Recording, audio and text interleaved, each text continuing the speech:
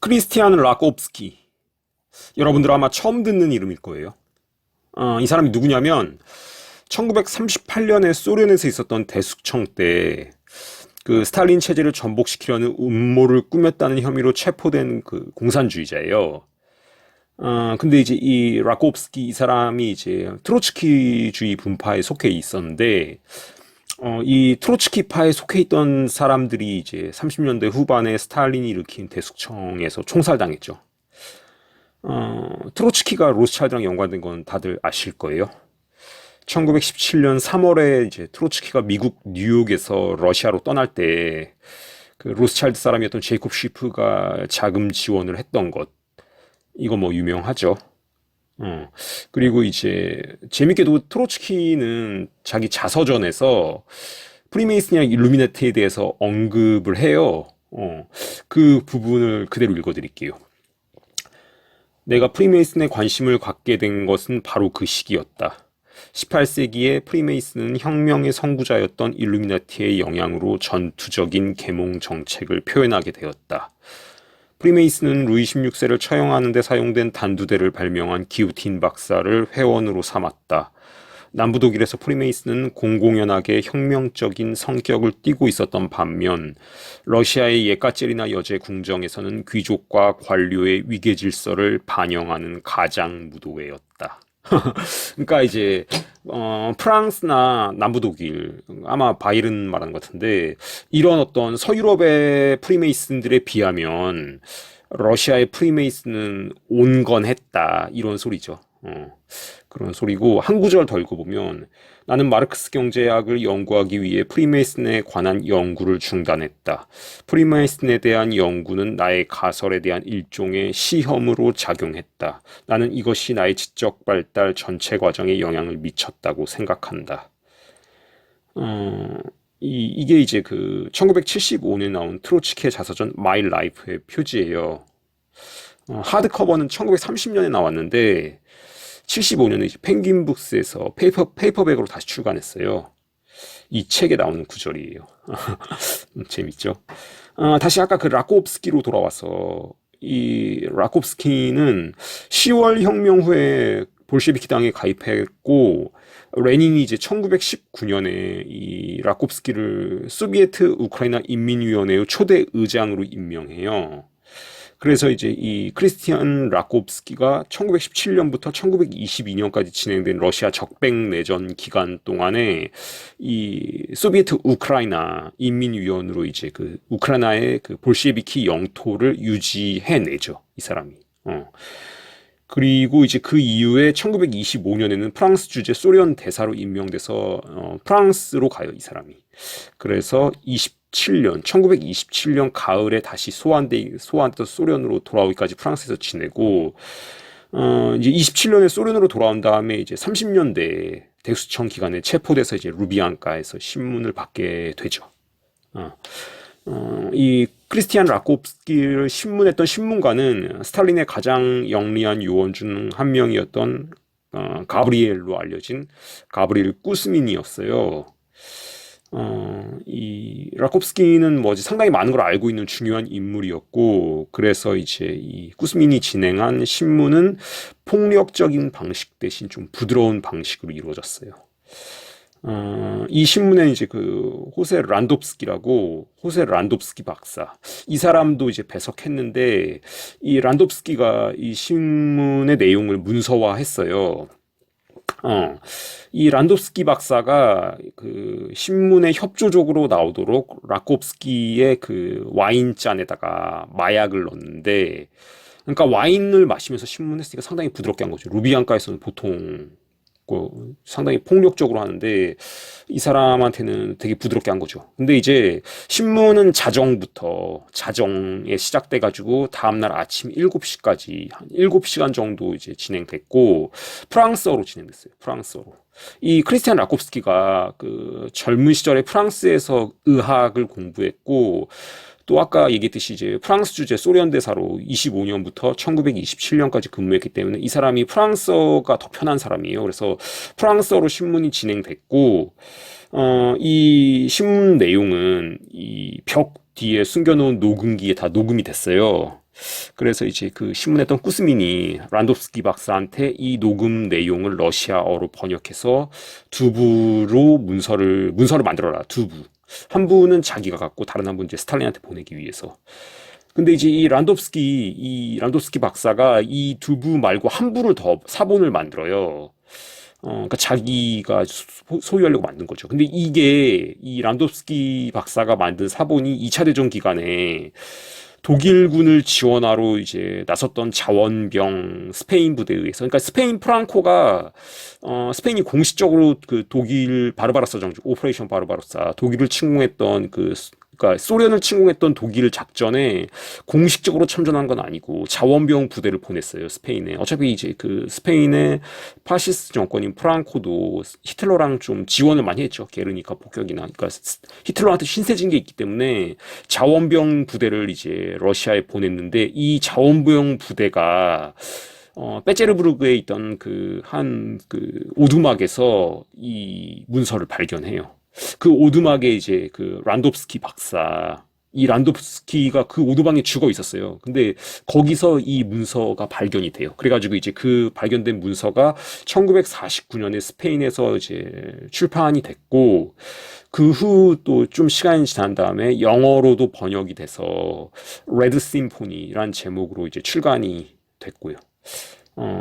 이제 지금부터 얘기할 내용이 이 레드 심포니에 나오는 라콥스키의 발언 내용인데, 재밌게도 이제 이 레드 심포니, 이 책은 현재도 아마존에서 구입할 수 있어요.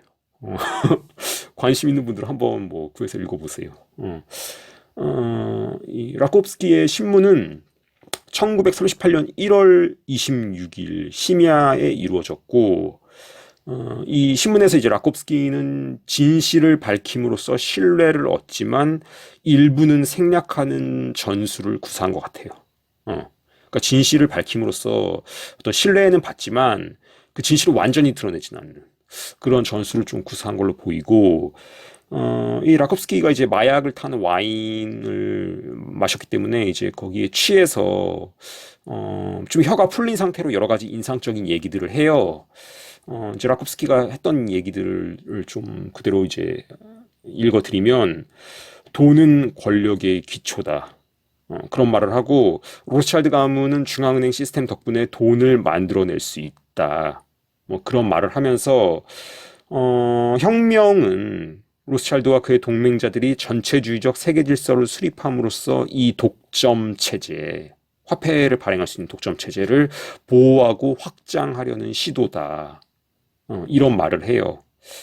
한 구절 그대로 읽어드리면, 로스차일드 가문은 회계 담당자가 아니라 최초의 비밀 공산주의 우두머리였다. 마르크스와 제일 인터내셔널의 최고 수장들은 라이오넬 로스차일드 남작이 지배했는데, 그의 혁명적 초상화는 그의 피조물이기도 한 영국 총리 디즈레일리에 의해 그려졌으며 우리에게 남겨졌다.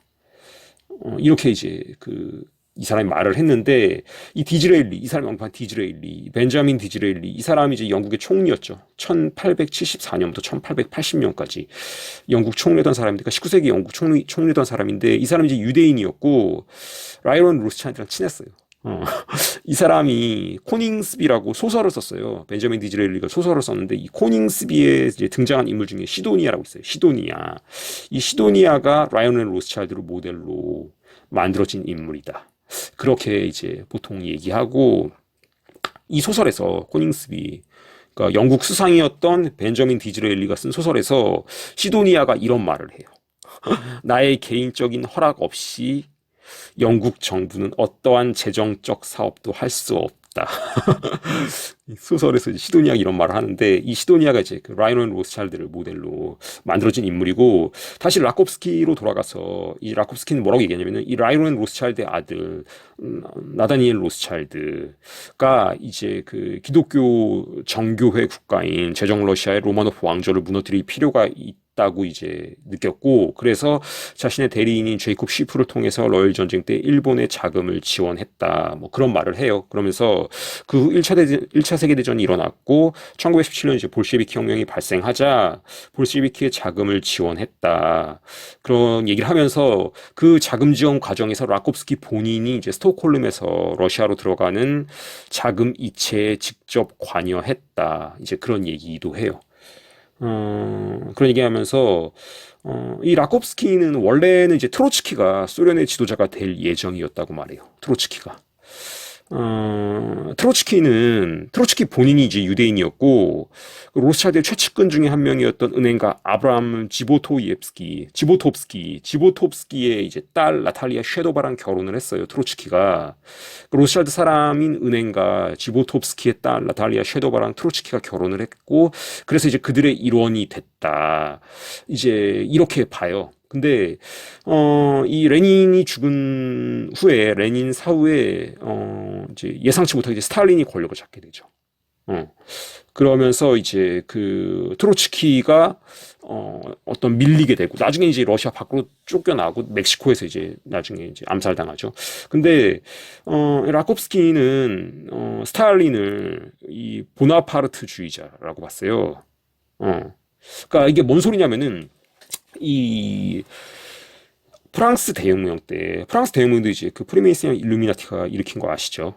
근데 그러니까 이 프랑스 대혁명을 이 메이슨을 뒤에서 컨트롤한 금융 세력이 어떤 프랑스 대혁명을 일으키는데도 영향을 끼쳤는데 얘네들의 의도와는 다르게 이 프랑스 대혁명의 혼란기에서 보나파르트가 부상하면서 이제 나폴레옹이 부상하면서 나폴레옹이 이제 프랑스의 어떤 권력자로 부상하게 된 거죠. 그러니까 이제 나폴레옹 보나파르트는 자신이 프리메이슨이었지만 유대 금융자본의 국제주의와는 좀 다르게 어떤 프랑스 제국주의를 추구해요. 그러니까 나폴레옹이 이제 자신을 프랑스 민족 갈리아인과 동일시하면서 이런 어떤 일루미나티 얘네들이 이제 어떤 추구하는 국제주의 글로벌 그러니까 그런 어떤 민족주의를 넘어서는 그런 국제주의가 아니라 약간 이제 어떤 프랑스 제국주의, 프랑스 민족주의 이런 그 어떤 스탠스를 취하는 거죠. 그러니까 이제 라콥스키는 스탈린을 그런 동일한 선상으로 이제 보고 있다고 얘기해요. 그들이 스탈린을 이런 어떤 그 나폴레옹 보나파르트처럼 금융가들의 의제에 복무하는 국제공산주의가 아닌 그러니까 러시아 민족주의자로 보고 있다. 그들이 이제 그런 얘기를 해요. 라콥스키가. 그러니까 실제로 이제 스탈린의 스탈린이 주장했던 일국사회주의는 그 트로츠키의 영구혁명론, 그러니까 계속해서 어떤 공산주의 혁명을 전 세계로 확산시키는 일에 집중해야 된다. 이게 이제 트로츠키의 영구혁명론이었고, 이 소련이라는 일국사회주의, 소련 자체에 집중해야 된다. 이게 이제 스탈린의 일국사회주의인데, 그러니까 스탈린의 어떤 일국사회주의는 글로벌 금융가들이 추구했던 국제주의랑은 좀 반대가 되는 거죠. 그런 것들을 지적하는 발언이고, 이 라콥스키의 발언이. 근데 뭐, 이거랑은 별개로, 스탈린도 이제 로스차일드랑 연관이 있었죠. 일단 스탈린 자신이 프리메이슨이었던 걸로 보이고, 이 사진 보시면 아시겠지만, 히든핸드 프리메이슨인 걸로 보이고, 그 재밌게도 스탈린이 청년 시절에 바투미에 있었던 그 로스차일드 정유 공장에서 일을 했어요. 그러니까 로스차일드의 그 석유 회사에서 스탈린이 직원으로 20대 초반에 일을 했어요. 2008년에 이 영국의 역사학자인 사이먼 몬테피오리가 쓴 젊은 스탈린이라는 책에 이게 내용이 나와요. 이 사이먼 몬테피오리는 유대인이에요. 로스차일드 친척이에요. 로스차일드 친척인데, 이 그 젊은 스탈린, 이 사람이 그 쓴 이 책이 우리 한국에도 번역이 됐어요. 저도 이 책 2015년에 이 책 되게 재밌게 봤는데, 이 책이 이제 700페이지 좀 넘는데, 이 몬테피오리가 그 그루지아 문서보관소, 이 스탈린의 고향 그루지아인데, 거기서 막 다 뒤적거려가지고 여러 가지 자료를 찾아내요. 그리고 이제 이 몬테피오리 자체가 로스차일드랑 친척이기 때문에, 로스차일드 아카이브에서 또 얻을 수 있는 자료도 좀 있었을 거라는 생각이 되고. 근데 어쨌든 간에 이제 이 사람이 이 책이 젊은 스탈린의 어린 시절부터 볼셰비키 혁명이 발생하는 1917년까지를 다룬 거예요. 말 그대로 스탈린의 젊은 시절을 다룬 책이에요. 근데 이제 뭐 페이지가 700페이지가 넘으니까 이 스탈린의 젊은 시절을 구구절절 잘 써놨어요. 근데 이제 이 책에서 1901년에 스탈린이 로스차일드가 소유한 바투미의 정유 공장에서 일했던 게 다 서술돼 있어요. 그러니까 이제 스탈린도 그 로스차일드에 대해서 알았다고 봐야죠. 근데 이제 혹자는 뭐 스탈린의 어머니가 이제 그 러시아의 이 바투미 유전 그쪽에 방문했던 로스차일드 대리인의 아기를 임신했다. 그 아기가 스탈린이다. 그러니까 뭐 스탈린도 로스차일드에 속한다. 이런 주장을 하는 사람도 있는데 제가 보기엔 좀 너무 나간 주장인 것 같고, 그러나 이제 스탈린이 20대 초반에 로스차일드의 정유회사에서 일했던 것은 사실이다. 다시 라코프스키로 돌아와서, 그러니까 라코프스키는 이제 그 트로츠키를 밀어내고 권력을 차지한 스탈린을 통제하기 위해서 이 국제 금융 세력이 히틀러랑 나치당을 지원할 수밖에 없었다. 이렇게 얘기를 해요. 라코프스키가 그 발언한 걸 그대로 읽어드리면, 바르부르크는 가명으로 자신을 소개했고 히틀러는 그의 인종에 대해서 캐묻지 않았다. 바르부르크가 이제 유대인 그 금융가예요. 독일에 있었던. 바르부르크는 또한 자신이 누구를 대표하는지에 대해서도 거짓말을 했다. 목표는 전쟁을 일으키는 것이었고 히틀러는 전쟁을 의미했다. 나치당은 월스트리트에서 수백만 달러를 받았고 프리메이슨 샤르트를 통해 독일 금융가들로부터 수백만 마르크를 받았다. 돌격대와 친위대의 유지 자금과 선거 자금은 이런 그 월스트리트와 독일 금융가들의 자금 지원을 통해서 조달됐다. 뭐 이렇게 이제 그 얘기를 해요. 계속해서 이제 그 또 라콥스키의 발언을 더 이어가면, 그런데 불행하게도 히틀러는 다루기 힘든 인물이었다. 그는 자신의 돈을 찍어내기 시작했다. 그는 화폐를 제조하는 특권을 스스로 떠맡았으며 물리적 화폐뿐만 아니라 금융화폐도 제조했다. 그는 손대지 않은 화폐 발행기를 인수하여 국가의 이익을 위해 작동시켰다. 어떤 일이 일어날지 상상할 수 있는가? 만약 그것이 다른 많은 국가들로 전파되고 은행가들의 화폐 통치를 대체하는 방식을 창조했다면, 할 수만 있다면 그것은 반혁명적 기능을 발휘할 것이다. 그것을 상상해 보아라. 이제 이런 얘기를 해요. 이 라콥스키가. 아마도 이건 이제 그 히틀러가 독일의 중앙은행인 라이스방크를 그 국유화시킨 거에 대해서 얘기하는 것 같아요. 히틀러는 이제 1937년에 그 제국은행 이사회는, 이 제국은행 라이스방크, 이게 이제 그 제3제국 독일의 중앙은행이었는데, 제국은행 이사회는 국가원수에 직접 관할을 받는다라는 규정을 담은 제국은행 신질서법을 발표해요. 이것으로 이제 라이스방크의 독립성은 박탈되고, 그러니까 이제 독일 중앙은행이 이사였던 금융가들의 영향력이 박탈되고, 여기서 더 나가서 1939년에 이제 제국은행법을 반포해서 아예 독일 그 중앙은행의 이사회 자체를 해체시켜버려요. 그리고 이제 제국은행이 정부에 대출하는 대출액은 최고 지도자와 제국 원수가 직접 결정한다. 이런 조항도 넣어서 독일의 화폐 발행권을 완전히 장악하는 거죠. 이건 이제 로스차일드한테 큰 위협이었죠.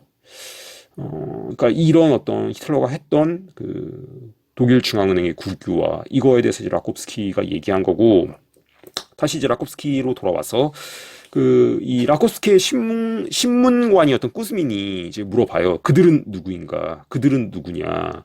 이거에 대해서 물어보니까 이제 라콥스키가 확실하게 말할 수 있는 사람은 현재는 사망한 2명뿐이다. 한 명은 이제 바이마르 공화국의 외무장관이었던 발터 라테나우고, 또 한 명은 아까 말했던 라이오넬 로스차일드다. 이렇게 이제 대답을 해요.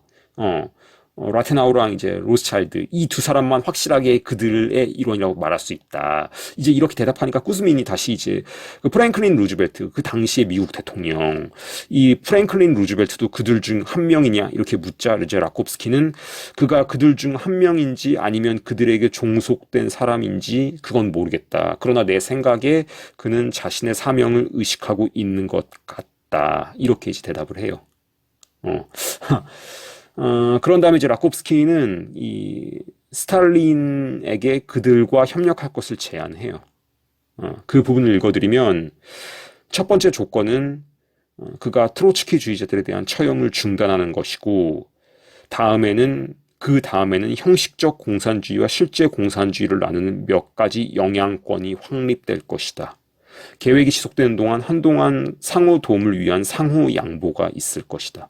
사회의 모든 계층에서 심지어 매우 높은 사람들 중에서도 스탈린주의가 공식적인 공산주의라는 것을 인정하고 도우는 영향력 있는 사람들이 나타날 것이다. 이렇게 말해요, 이 사람이. 그러니까 뭔 소리냐면 그들과 협력해라. 스탈린이 그들과 협력하면 그 협력하는 방법은 그 트로츠키 주의자들에 대한 처형을 이제 숙청을 중단하는 것. 그러면 서방에서 그러니까 이제 유럽과 미국에 영향력 있는 사람들이 공식적으로 스탈린주의를 인정할 거다.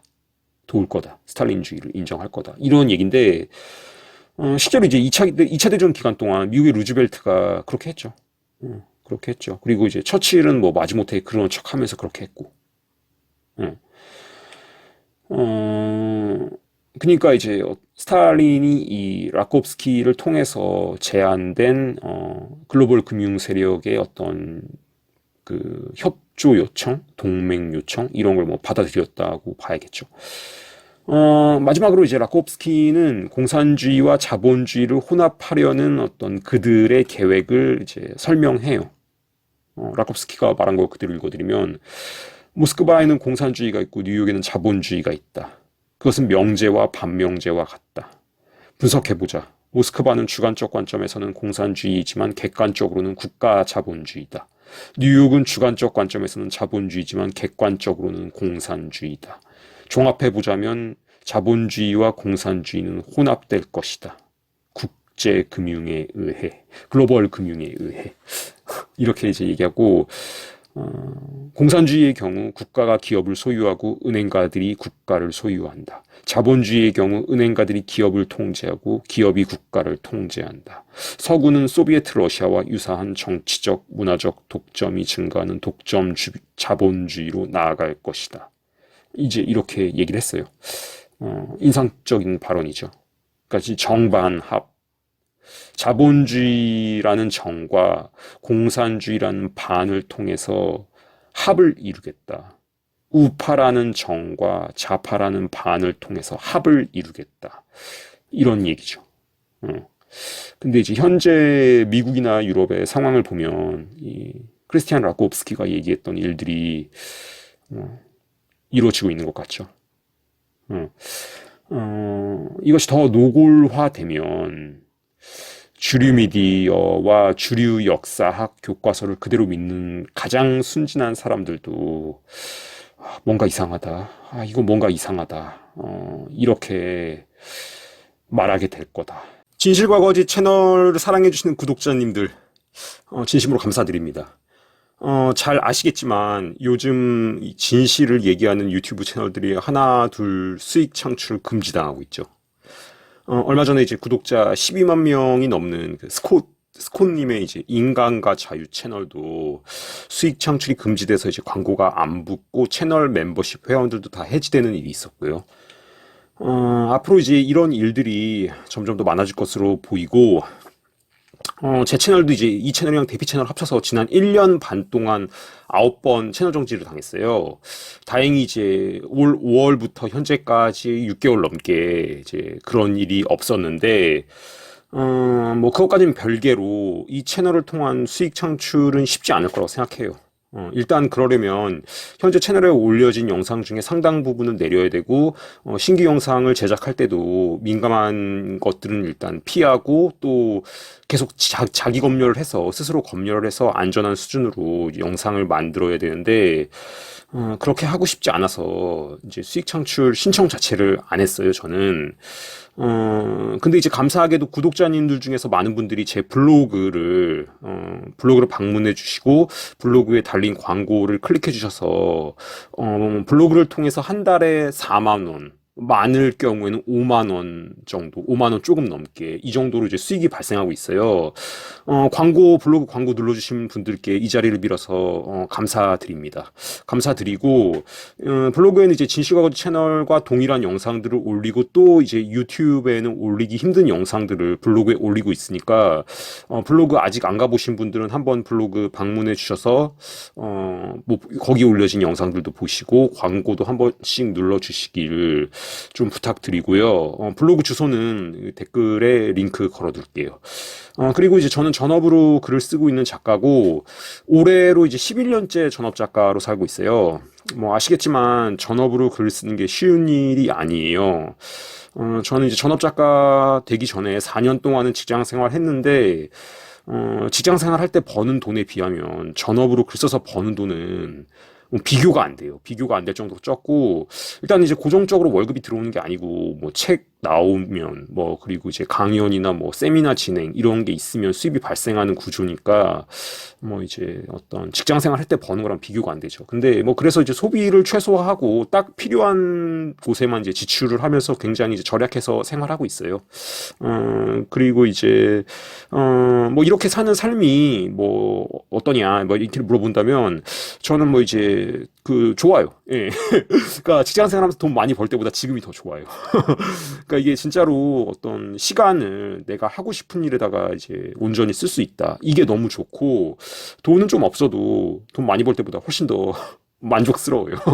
뭐 좀 제가 전업으로 글을 쓰고 있으니까 이렇게 이제 유튜브 영상도 만들어서 일주일에 뭐 2편, 3편씩 올릴 수 있는 거라고 생각해요. 뭐 직장 생활 하면 이렇게 좀 채널 운영하는 것 자체가 쉽지 않을 거라고 생각하는데, 제가 이제 전업으로 글을 쓰다 보니까 뭐 이제 뭐 오전부터 오후까지는 글쓰기 하고 뭐 저녁에는 영상 만들고 이런 식으로 제 시간을 제가 유도리 있게 쓸 수 있기 때문에 이제 제가 지금 채널이 진실과 거짓 채널이 제가 유지할 수 있는 거라 생각하고 계속 운영할 수 있는 걸 생각하고, 많은 분들이 그러시겠지만 저도 이제 코땡땡 하얀 신발 패스 걸었을 때 굉장히 어떤 압박감을 느꼈고, 내가 알고 있는 진실들을 좀 알려야겠다 이런 생각으로 이제 그거를 기점으로 본격적으로 유튜브를 했던 것 같아요.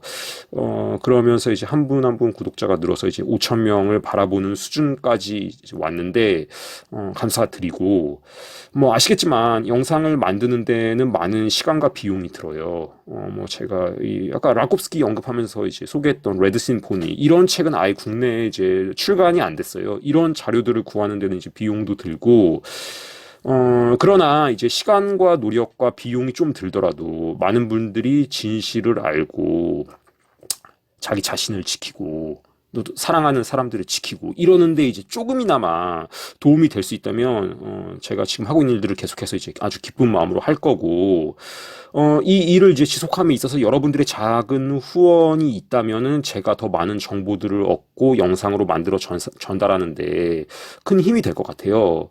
그래서 뭐 커피 한 잔 마실 수 있는 정도의 후원들, 뭐 3,000원, 4,000원 이 정도의 후원을 해주신다면 제가 그 후원금들을 모아서 또 귀하게 사용할 수 있으라고 생각하고, 그래서 이제 이 계좌로 여러분들이 뭐 이렇게 3,000원, 4,000원 이 정도만 후원해 주시면 감사한 마음으로 더 좋은 영상 만드는 데 사용하도록 할게요.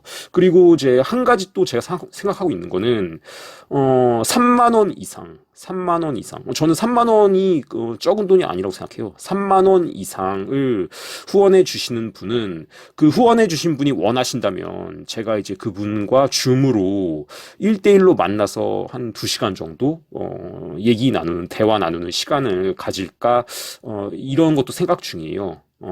줌으로 만나는 거니까 이제 유튜브처럼 어떤 제안을 받는 것도 아니고 제한 없이 이제 대화를 나눌 수 있고, 뭐 궁금하신 것들 물어보시면 답변 드리고, 또 이제 진실 안다는 게 어떤 면에서 힘들잖아요. 어떤 면에서는 차라리 모르는 게 더 속편할 수도 있는데, 근데 이제 모르면 당할 수 있죠. 당할 수 있는데, 그래서 이제 조금 힘들어도 아는 게 훨씬 좋은 거라고 생각하고, 그런데 이제 어쨌든 간에 이렇게 알고 있는 상황에서 또 어떻게 지내고 계신지 그런 얘기도 좀 저도 듣고 싶고, 그래서 그런 시간들도 좀 생각하고 있어요. 3만 원 이상 후원해 주신 분들이랑은 좀 줌으로 만나서 1대1로 대화 나누는 시간. 그래서 이제 만약에 이제 어떤 3만 원 이상 후원해 주시면서 그런 시간을 갖고 싶으신 분은 댓글이나 제가 제 메일 주소도 그 댓글에다 걸어 놓을게요. 그 댓글이나 메일로 연락 주시면은 제가 그 연락 드리도록 할게요.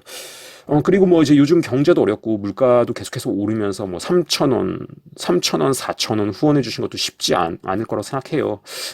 그래서 이제 그런 어떤 분들은 댓글에 제가 링크 걸어놓은 제 블로그 가셔서 거기 달린 광고 눌러주시면 그게 이제 소액이지만 후원해 주시는 거니까 그렇게라도 해주시면 참 감사하겠다. 그 말씀드리고 뭐 블로그 광고 누르는 데는 10초도 안 걸려요. 10초. 링크 갖고 그 링크 타고 들어가서 거기에 있는 그 광고 누르는 거는 10초도 안 걸리는 일이고 결정적으로 여러분의 돈이 전혀 들지 않아요. 그거는 여러분의 돈이 전혀 들지 않고 후원하는 방법이에요.